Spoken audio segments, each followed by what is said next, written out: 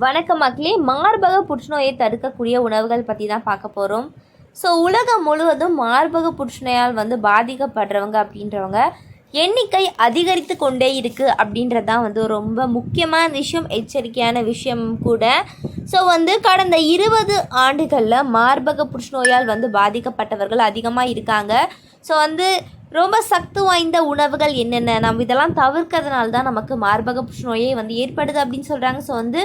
அந்த உணவுகளை பார்த்து தெரிஞ்சுக்கலாம். நம்ம சேனலை மறக்காமல் சப்ஸ்கிரைப் பண்ணிவிட்டு சைடில் இருக்கக்கூடிய பெல் ஐக்கானை கிளிக் பண்ணிக்கோங்க. இது போன்ற தகவல்கள், ஆரோக்கியமான விஷயங்களை தினம்தோறும் பார்க்கலாம். ரொம்ப ஆரோக்கியமாக இருக்க வேண்டியது நம்மளுடைய கடமை. அதனால் இந்த மாதிரியான உணவுகள் எடுத்துக்கிறது அப்படின்னு பாருங்கள். முதல் விஷயம் ஆளி விதைகள் அப்படின்னு சொல்கிறாங்க. ஆளி விதையை முழுமையாகவோ உடைத்தோ அல்லது பார்த்திங்கன்னா எண்ணெயாகவோ உணவில் சேர்த்து கொள்ளலாம். இதில் இருக்கக்கூடிய லிங்கன் நம்மளுடைய வேதிப்பொருள் மற்றும் ஃபைபர் புற்றுநோயால் ஏற்படுத்தக்கூடிய இந்த செல்களுக்கு ரொம்ப உறுதுணையாக இருக்குது அப்படின்னு சொல்கிறாங்க. அதுக்கப்புறம் பார்த்திங்கன்னா நட்ஸு. தென் அமெரிக்காவில் அதிகம் கிடைக்கக்கூடிய உணவுப் பொருளில் பிரேசில் நட்ஸ் ரொம்ப குறிப்பிடத்தகுந்தது. இதில் இருக்கக்கூடிய செலோனியம், ஃபைபர், பைட்டோகெமிக்கல்ஸ் ஆகியவை நோய் எதிர்ப்பு சக்தியை அதிகரிக்கின்றன, புற்றுநோய் ஏற்படாமல் தடுக்கின்றது அப்படின்னு சொல்கிறாங்க. அதனால் நட்ஸ்லாம் ரொம்ப முக்கியம் அப்படின்னு சொல்கிறாங்க. அடுத்த விஷயம் பூண்டு. புற்றுநோய்க்கு எதிராக செயல் புரியக்கூடிய அல்லியம் எனும் வேதிப்பொருள் பூண்டில் இருக்குது. அதனால தான் இத்தாலி, ஸ்பெயின், இந்தியா, தாய்லாந்து இது மாதிரி எல்லா நாட்டிலையும் இந்த பூண்டு அப்படின்றது ரொம்ப உற்பத்தி செய்கிறாங்க. அதே மாதிரி காலையில் எழுந்த உடனே ஒரு பச்சை பூண்டை கடித்து சாப்பிடுங்க. ரொம்பவே நல்லது, வாழ்க்கையை நல்லாயிருக்கும் அப்படின்னு சொல்கிறாங்க.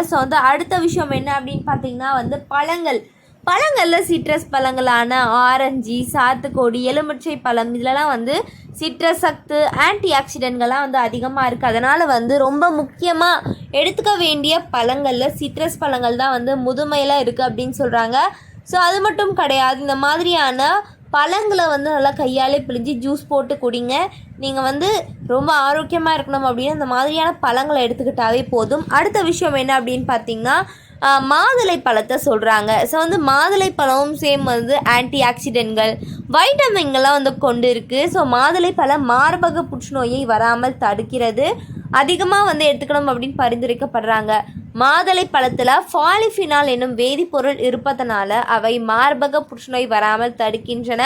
மேலும் மாதுளை பழத்தில் உடலுக்கு நன்மை தரக்கூடிய பல குணநலங்கள் இருக்குது அப்படின்னு சொல்கிறாங்க. கண்டிப்பாக மறக்காமல் எடுத்துக்க வேண்டிய விஷயங்களில் இதுவும் ஒன்று அப்படின்னு சொல்கிறாங்க. அடுத்த விஷயம் இலையுடன் உள்ள காய்கறிகள். காய்கறிகள் அப்படின்றத விட கீரைகள் தான் ரொம்ப முக்கியமான இடத்துல இருக்குது அப்படின்னு சொல்கிறாங்க. கீரைகளில் பண்ணைக்கீரை, அதுக்கப்புறம் இரும்பு சக்தி அதிகமாக கொண்டு இருக்கக்கூடிய முருங்கைக்கீரை, அதுக்கப்புறம் அரைக்கீரை, எல்லா கீரையும் சத்துக்கள் அதிகமாக கொண்டு இருக்குது. அதனால் முடிஞ்ச வரைக்கும் கீரைகளை எடுத்துக்கோங்க, ஸ்கிப் பண்ணாமல் எடுத்துக்கோங்க.